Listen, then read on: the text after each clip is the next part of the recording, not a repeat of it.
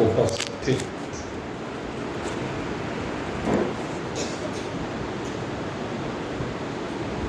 भाग्यवान सत्संग प्रेमी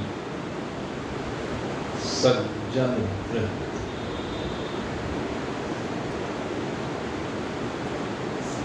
नित्य निरंतर तत्पद और त्वम पद के शोधन के माध्यम से हम अपने स्वरूपानंद की यात्रा को करके परमानंद की अपने आप में अनुभूति कर रहे हैं। ये जो तत् और त्वम पद का शोधन है, भाग त्याग लक्षणा के माध्यम से, जिसमें विरोधी भाग का परित्याग किया जाता है। विरोधी भाग से तात्पर्य है कि जो है नहीं, केवल भास रहा है। विरोधी भाग से तात्पर्य है जिसका कोई अस्तित्व नहीं है। विरोधी भाग से तात्पर्य है जो क्षण क्षण में परिवर्तित होता रहता है। विरोधी भाग से तात्पर्य है जो क्षण क्षण में विनिष्ट हो रहा है। विरोधी भाग से तात्पर्य है जो रूप बदल बदल के सामने आता जा रहा है और जाता जा रहा है।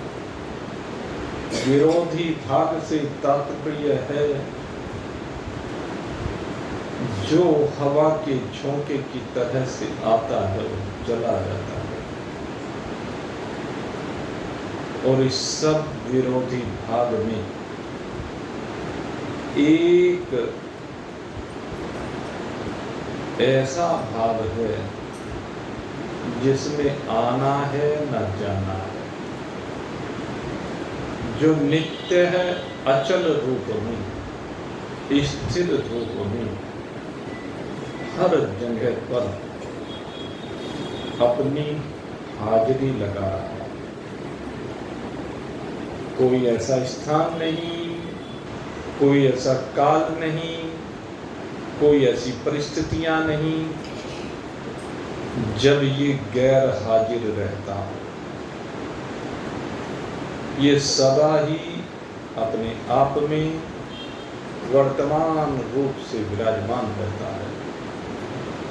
इतने भूत भविष्य की कल्पना नहीं है। समस्त महान पुरुष वेदों के इसी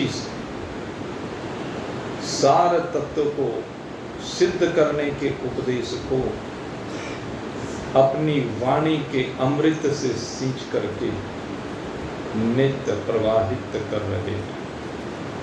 यद्यपि इसमें कोई प्रवाह नहीं है, लेकिन लोक व्यवहार बस ऐसा कहा जाता है।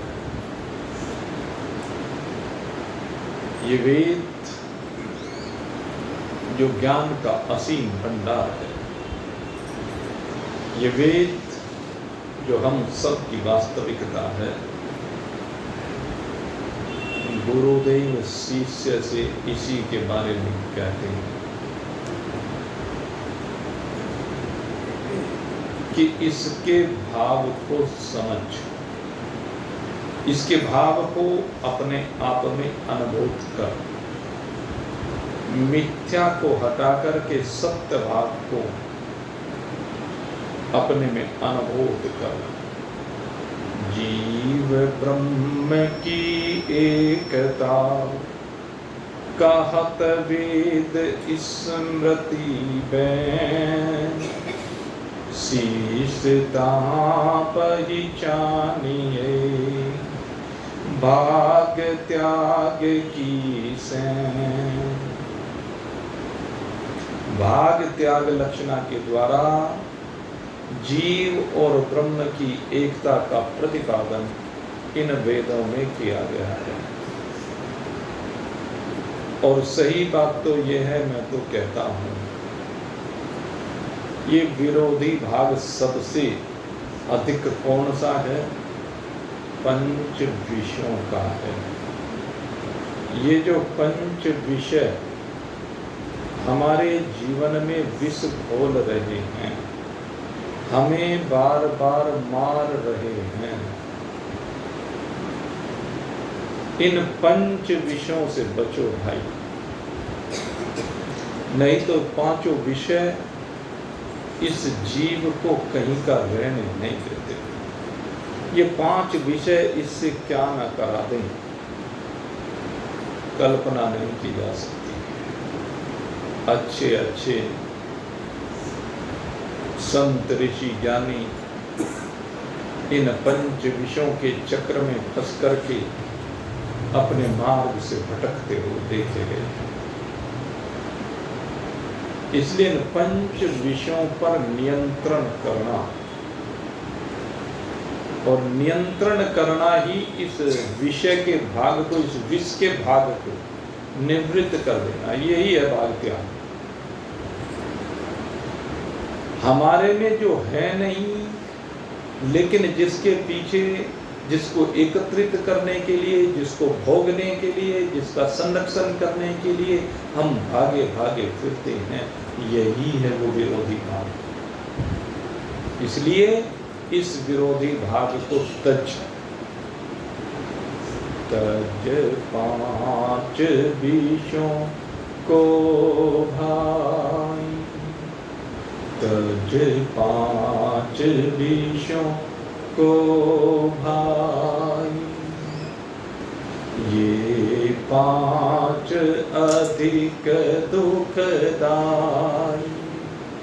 तज पांच विषयों को भाई, ये पांच अधिक दुखदाई। ये सबसे अधिक दुखदायी हैं, और उनके दुखों का वर्णन हमारे गुरुदेव ने किया, बड़ा सुंदर वर्णन किया। ये पांचों विषय कैसे, पांच परिस्थितियों का वर्णन किया है। एक एक विषय शब्द कैसे दुर्गति करता है, शब्द कैसे मृत्यु की ओर लेकर के जाता है, स्पर्श किस प्रकार से मारता है, रूप कैसे इसको गर्त में धकेलता है, रस कैसे इसके पतन का हेतु बनता है, गंध कैसे इसे मदमस्त कर देती है, अंधकारी ने बन बिच जाकर, अंधकारी ने बन बिच जाकर, सुंदर बीन बजाई। अंधकारी ने बन बिच जाकर, सुंदर बीन बजाई। शब्द का लोभी मृग आया, शब्द का लोभी, शब्द का लोभी मृग आया, और आकर जान गंवाई। तज पांच विषयों को भाई, तज पांच विषयों को भाई, ये पांच अधिक दुखदाई। सबसे पहला विकार शब्द है। ये शब्द विकार एक शिकारी वन में जाता है और वन में जाकर के सुंदर बीन बजाता है, उससे मधुर मधुर स्वरों को प्रवाहित करता है। उन मधुर स्वरों के आकर्षण में बंद करके मृग दौड़ा दौड़ा आता है, उस शिकारी के निकट आ जाता है। इसलिए बीन को सुनने के लिए झुंड के झुंड आ जाते हैं मृग। हम भी न जाने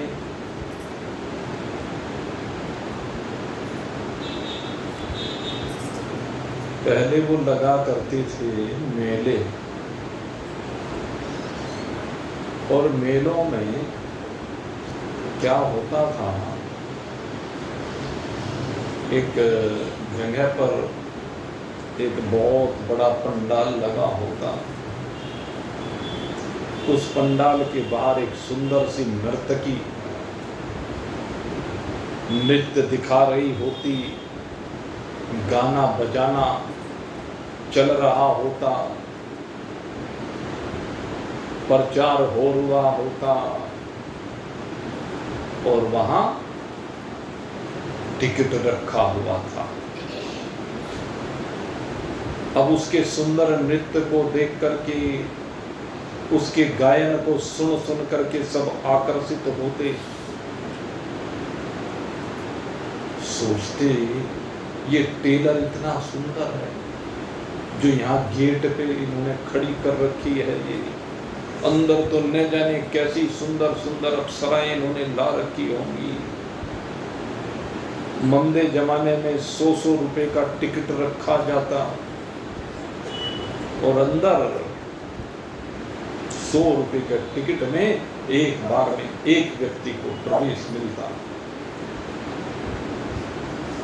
अब वो व्यक्ति अंदर जाता, अंदर जाकर के देखता तो कुछ दिखाई ही नहीं देता। एक कुर्सी पड़ी, उस कुर्सी पर जाकर के बैठ जाता, एक बहरूपिया आता, हाथ में जूते लेकर के गिन करके 7 जूते लगाता और 7 जूते लगा करके उसे भगा देता, चल भाग यहाँ से। अब दूसरे गेट से बाहर निकलता, बाहर तो भीड़ लगी हुई, अब उससे पूछते, कहने लगे भाई क्या देख के आया, कहने लगे बस क्या पूछो, मजा आ गया। वो किसी को कैसे बताए कि जूते खा करके आया है। तो भाई ऐसा ही खेल है ये, जो आकर्षण है ना, कि पता नहीं कैसे सुंदर सुंदर गाने सुनने को मिलेंगे, अरे बस मजा आ जाएगा। फलानी जगह फिल्म की फलानी हीरोइन आज आ रही है, फलानी हीरोइन की नाइट है आज, हेमा मालिनी नाइट पहले हुआ करती थी वो, और कौन कौन सी हीरोइन है वो, इनकी नाइट हुआ करती थी। उसमें आते, गाने बजाने होते, लोग बड़े महंगे महंगे टिकट लेकर के जाते। उससे बढ़िया सिनेमा हॉल में देखने को मिल जाता, वहां नहीं मिलता, लेकिन जाते लोग, फंस जाते, लुट करके आते। ऐसे ही कह रहे हैं, शब्द का लोभी मृग आया और आकर जान गवाई, तज 5 विषयों को भाई, तज 5 विषयों को भाई, ये 5 अधिक दुखदाई, ये 5 अत्यधिक दुखदाई हैं।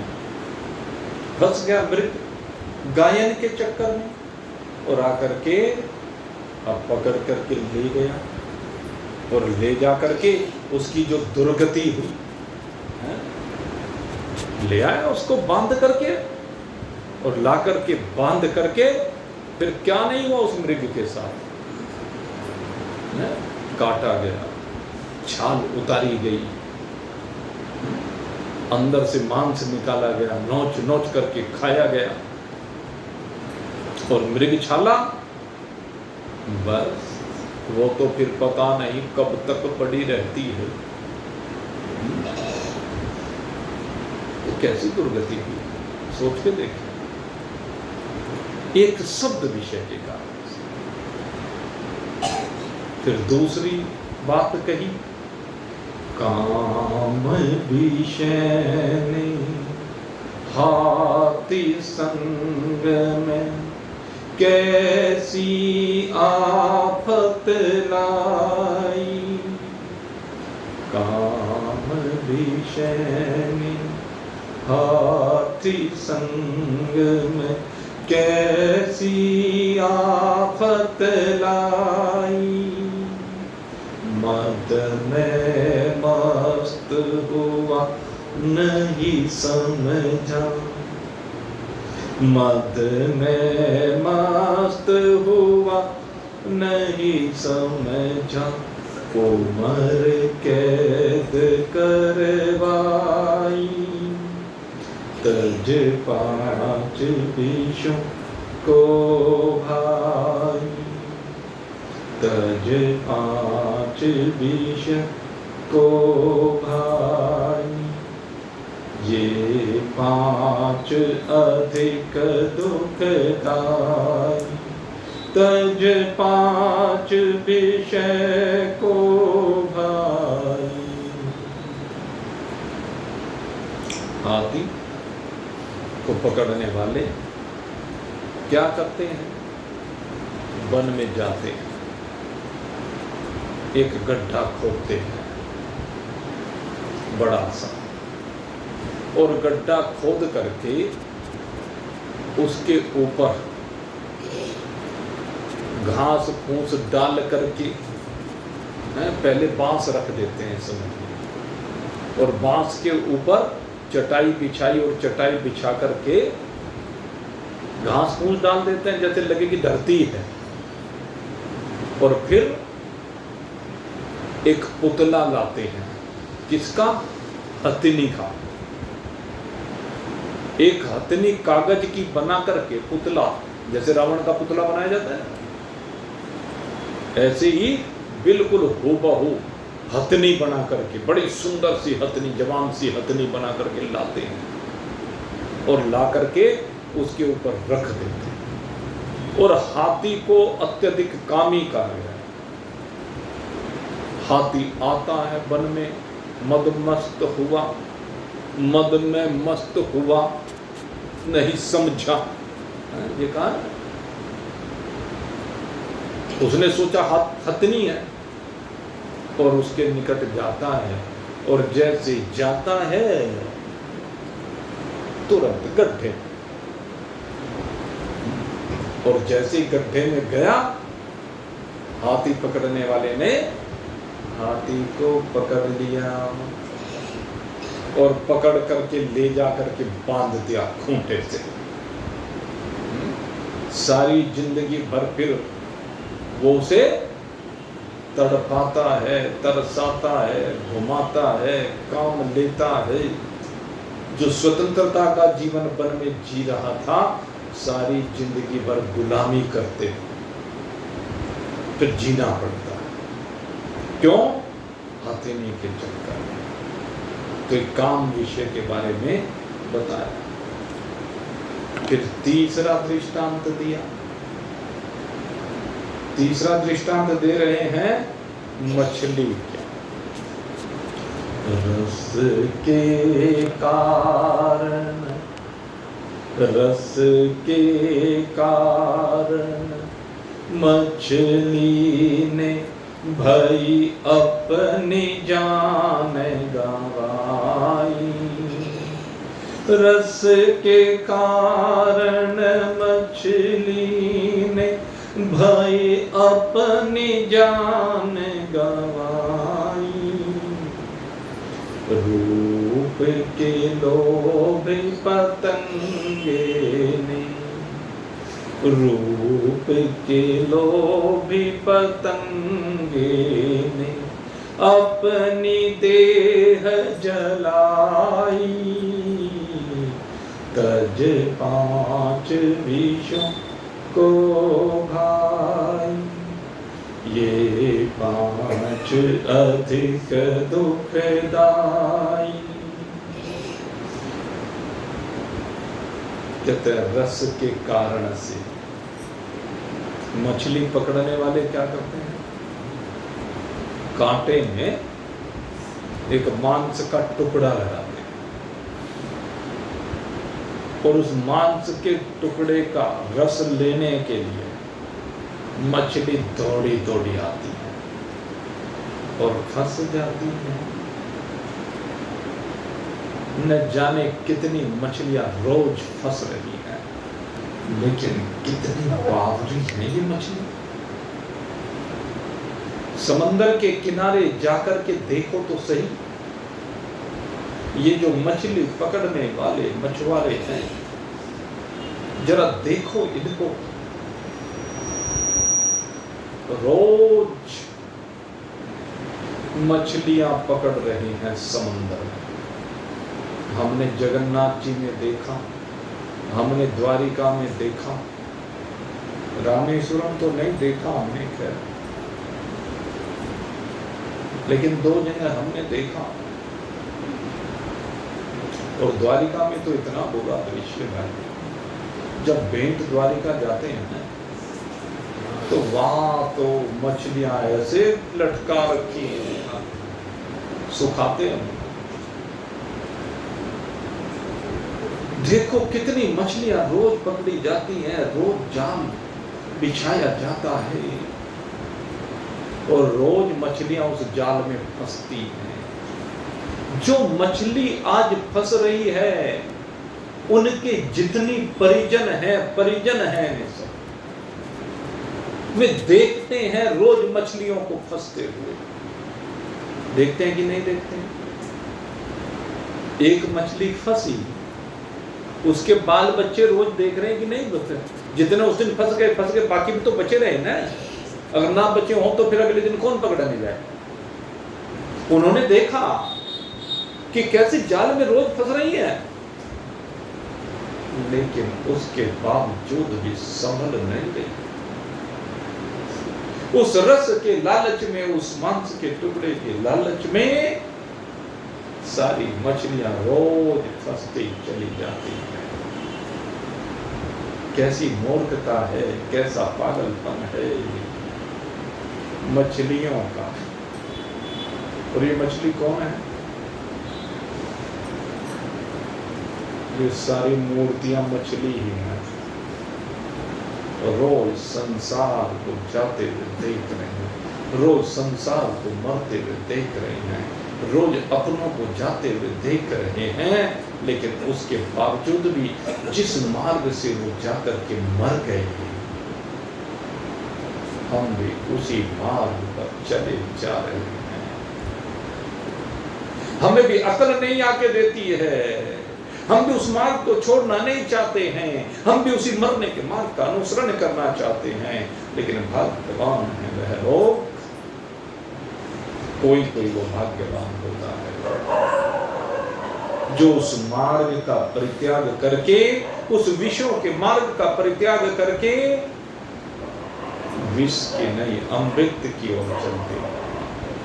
और जो विष को छोड़ करके अमृत की ओर चलते, अपने स्वरूप की ओर चलते हैं, अपने स्वरूप आनंद की ओर चलते हैं, माया से अलग हटते हैं, कि उनको मृत्यु छू भी नहीं सकती। इसलिए मेरे मित्रों, मछली की तरह नहीं, रूप के लोभी पतंगे की तरह नहीं। पतंगे के ऊपर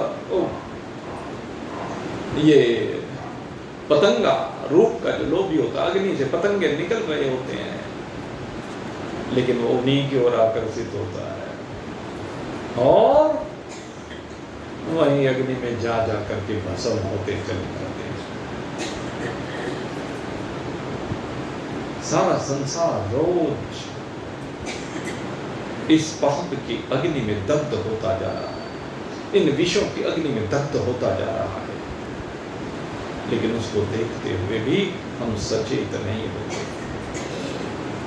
बचने की जरूरत है। गंध का लोभी मध कर बैठा, भंवरा गंध का लोभी मध कर बैठा, जैसे कमल पे जाई।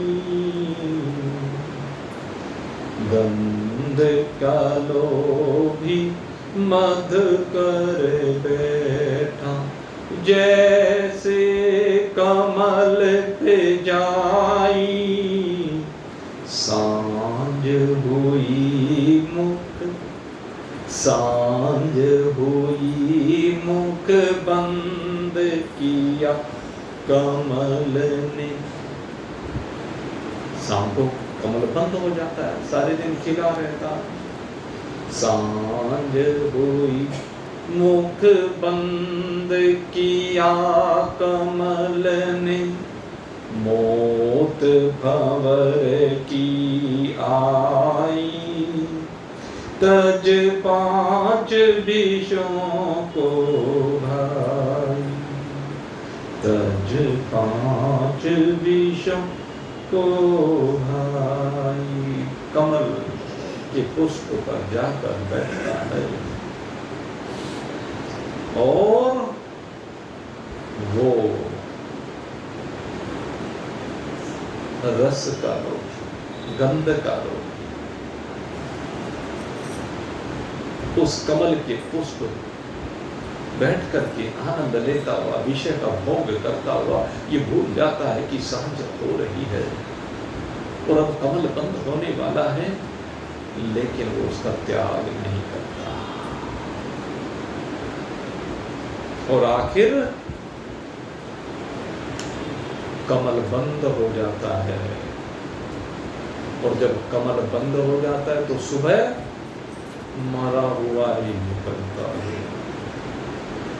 और इस भंवरे के बारे में कहा गया है, इसके दांत कहूं या पता नहीं क्या होता है इसके अंदर भाई, है? कहते हैं ये लकड़ी में छेद कर देता है, लेकिन उस कमल पर जिस पर बैठा उससे इतना प्रेम करता है, उसकी कोमलता से ऐसा प्रभावित होता है, चाहे तो उसमें छेद करके बाहर निकल सकता है, लेकिन नहीं, जान गंवा देता है, लेकिन उसकी कोमलता पर प्रभाव नहीं करता। यही है संसार। इसीलिए हमारे गुरुदेव कहते हैं, एक विषय ने एक एक जीव की, एक विषय ने एक एक जीव की, कैसी गति बनाई। एक विषय ने एक एक जीव की, कैसी गति बनाई। तेरे संग में पांचों मूरत, तेरे संग में पांचों मूरत। मैं तो एक एक विषय के चक्कर में फंसे, भावरा गंध के चक्कर में फंस गया, पतंगा रूप के चक्कर में फंस गया, मछली रस के प्रलोभन में फंस गई, हाथी काम के चक्कर में स्पर्श सुख को पाने के लिए, और मृग शब्द के कारण से फंस गया। और यहाँ कहते हैं, ये जीव है, मनुष्य शरीर में बैठे हुए जीव, इस मनुष्य शरीर में तो पांचों ही हैं।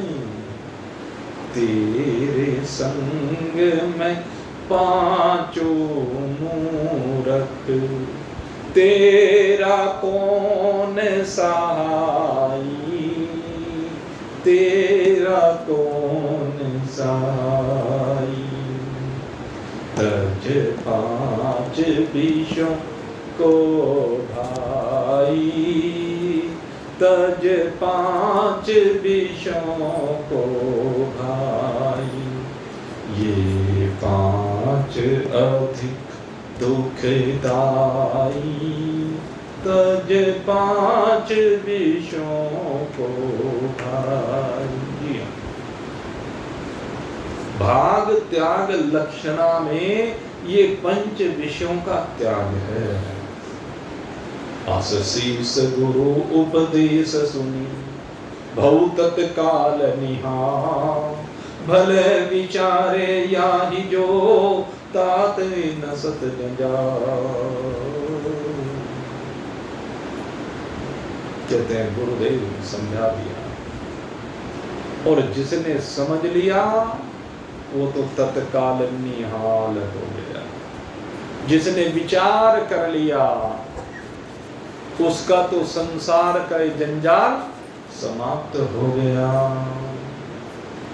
मिथ्या गुरु सुर बानी, कियो ग्रंथ उपदेश यह। सुनत करत तन हानि, यह ताकी भाषा करी। अग्रिद देव को सपन में, यह किया गुरु उपदेश। न सोन तहु दुख मूल वह, मिथ्या बन को भी। कहते हैं अग्रिद देव को गुरुदेव ने स्वप्न में ये ज्ञान दिया। किसकी कथा चल रही थी? अग्रिद देव स्वप्न में गुरु की शरण में जाता है और 3 प्रश्न गुरु से करता है। मैं कौन हूं? जगत का कर्ता कौन है? और तीसरा, मोक्ष का हेतु, मुक्ति का हेतु कौन है, क्या है? तो इन तीनों प्रश्नों का उत्तर गुरुदेव ने दिया। कहते हैं निश्चल दास जी की सबने सुरबानी में इसका उपदेश दिया, लेकिन मैंने भाषा ग्रंथ में इसका उपदेश किया। जिस भाषा ग्रंथ के द्वारा ये मिथ्या संसार का जंजाल, भयंकर घनघोर जंगल, जिसमें दुख ही दुख है, कष्ट ही कष्ट है, ककरीले पथरीले कटीले रास्ते हैं, कहते हैं उन सब का समूल नाश हो जाता है। और ये सब सुनने के बाद अब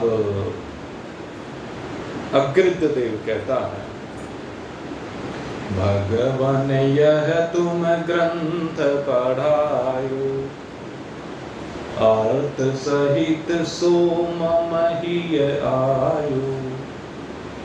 कहते गुरुदेव आपने जो ग्रंथ पढ़ाया है, इसका जो आप अर्थ सहित, कहते खाली ये नहीं कोई ग्रंथ वैसे ही पढ़ लिया, लेकिन इसके माध्यम से जो आप कहना चाहते थे, चाहे वहां पर शब्दार्थ हो, चाहे वाच्यार्थ हो, चाहे लक्ष्यार्थ हो, क्योंकि तीनों प्रकार के अर्थ गुरुदेव ने समझा है।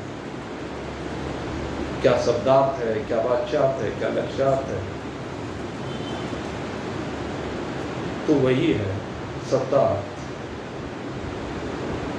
ईश्वर जीव है, तत्वमसि तू यानी जीव, तुम माने वह यानी ईश्वर। हे जीव, तू वही ईश्वर है।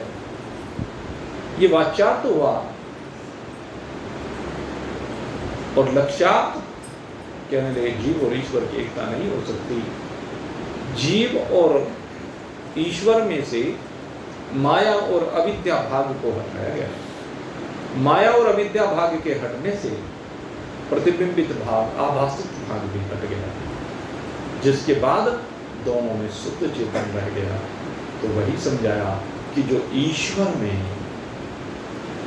विराजमान है, जो जीव में विराजमान है, या कह लीजिए ईश्वर जिसमें आभासित है, जीव जिसमें आभासित है, वही ब्रह्म दोनों की वास्तविकता है। तू वही है, तू वही है, तू वही है। ये तत्वमसि के माध्यम से तीनों भावों को समझाया गया, शब्दार्थ को भी, वाच्यार्थ को भी और लक्ष्यार्थ को भी। वही बात कह रहा है कि अर्थ सहित सो मम ही आयो। अर्थ सहित ये मेरे हृदय में आ गया, हृदय में बैठ गया ये ज्ञान। इस ज्ञान को हृदयंगम कर लिया है अग्रित देव ने। बन दुख मूल तव मोहि भासहि, कहु उपाय जाते यह नासहि। अब गुरुदेव पुनः कहते हैं, बोले गुरु सुन शीस की बानी, सुनी शीस हो य जाते बनहानि। अस उपाय को और नहीं है, बन का नासक हेत यही है। शीस कहता है, मुझे जो संसार रूपी वन है इसके दुख का उपाय कहो। तो गुरुदेव कहते हैं, भाई और क्या उपाय कहूं तुझे, यही है वो उपाय। तत् और त्वम पदार्थ का शोधन, भाग त्याग लक्षणा के द्वारा विरोधी भाग का त्याग करके यथार्थ ब्रह्म को शेष रखना। अस उपाय को और नहीं है, बन का नासक हेतु तो यही है। कोई और दूसरा उपाय नहीं है, केवल एकमात्र तत्वमसि के शोधन के द्वारा ही तू इस संसार मन का नाश कर सकता है। महावाक्य को अर्थ विचारहु, मैं अकृदयो टेर पुकारहु। सुनि पुनि वाक्य विचार ही चेला, अहम अकृत यह दीन हुएला। कहते हैं महावाक्य का जो अर्थ है उसे बारंबार विचारिए।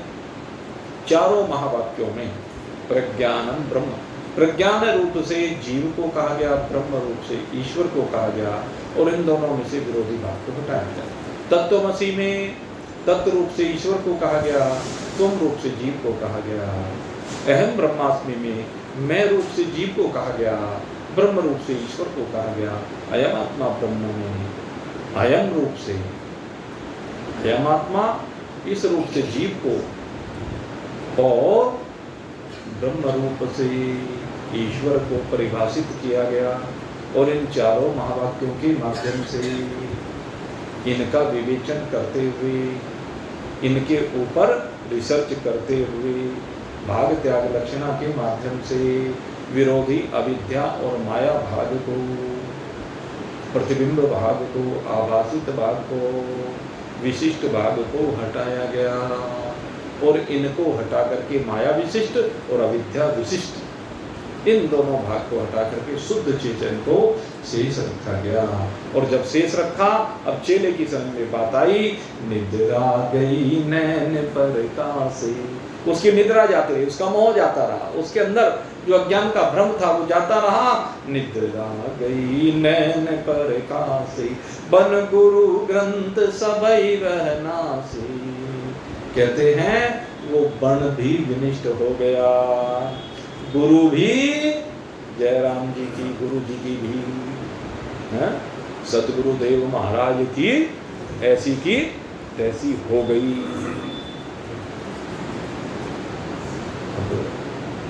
इसमें सही बात है, जब अपने स्वरूप का बोध हो जाता है, महाराज जी की भी ऐसी की तैसी, कोई नहीं रहा, वो भी खत्म, जयराम जी। और ग्रंथ की भी ऐसी की तैसी हो गई। साफ कह दिया, बन गुरु ग्रंथ सबई वह नाश है, सबका नाश हो गया, कोई नहीं रहा। अपने स्वरूप का बोध होने के बाद कोई नहीं रहता, जो है सो रहता है, वो तू है, तेरे से अलग कुछ नहीं। सीधे कह दिया, ये है अंतिम ज्ञान। या न गुरु जी रहे, न ग्रंथ रहे, न बन रहे, सबकी छुट्टी। स्वप्न की छुट्टी हुई तभी तो इनकी छुट्टी हुई, स्वप्न में ही तो है ये सब। स्वप्न हटा तो ये भी हट गए, ये सब स्वप्न से कल्पित हैं। और जब गुरु जी की छुट्टी हुई, ये समझ ना, परिवार की भी छुट्टी होगी, धन दौलत की भी छुट्टी होगी, मान सम्मान की भी छुट्टी हो गई। कभी ये समझो कि गुरु जी के पे कांटा लगाए, बाल बच्चे भी सत्य, धन भी सत्य है, मान सम्मान भी सत्य है, पद प्रतिष्ठा भी सत्य है, बस गुरु जी मिथ्या। तो भाई मिथ्या है तो सारे मिथ्या हैं, ये ध्यान रखना। और हैं ये, इसमें कोई शक नहीं है, कोई संशय नहीं। भयो सुखी बन दुख बिसरायो, और जैसे बन के दुख को बिसराया, सारे जंजाल को बिसरा दिया, उसी समय सुखी हो गया। वो तो अग्रिद निज रूप सुपायो, अग्रिद ने अपने स्वरूप को प्राप्त कर लिया। अग्रिद देव में निंदतः भोवन दुख झेरी, आत्म में अज्ञान थे त्यों जग दुख परती। जैसे निद्रा में अग्रिद देव को वन दुख दे रहा था, उसी प्रकार से आत्मा के अज्ञान से हे कौन, अब कौन सी दृष्टि थी जाने किसी के? 3 दृष्टि बताई थी। कौन कौन सी बताई थी? अरे शुभ संतति के 3 पुत्र, वही तो 3 दृष्टि हैं। सबसे पहले तप्त दृष्टि था, उसके बाद तर्क दृष्टि था, और तीसरे नंबर पर अदृष्टि। तो अदृष्टि की बात कर रहे हैं, अदृष्टि को दृष्टि मिल गई।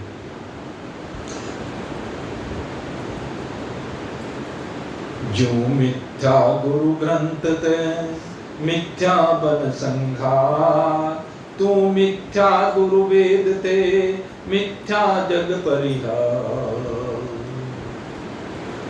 जिस प्रकार से मिथ्या गुरु से, मिथ्या ग्रंथ से ये मिथ्या मन का नाश हुआ, कहते हैं उसी प्रकार से मिथ्या गुरु और वेद से सारे मिथ्या जगत का भी परिहार हो गया, और इसके साथ ही मिथ्या गुरु का भी परिहार हो गया। ये कह लीजिए गुरु और शिष्य एक हो गए। लक्ष्य अर्थ लखी वाक्य को हो जिज्ञासु निहार, निरावरण सो आप दातु दीन दया। कहते हैं जो इस लक्ष्यार्थ को लक्षणा के द्वारा लक्ष्य लेता है, वह जिज्ञासु निहाल हो जाता है, निरावरण हो जाता है। आप में आपको अनुभूति हो जाती है।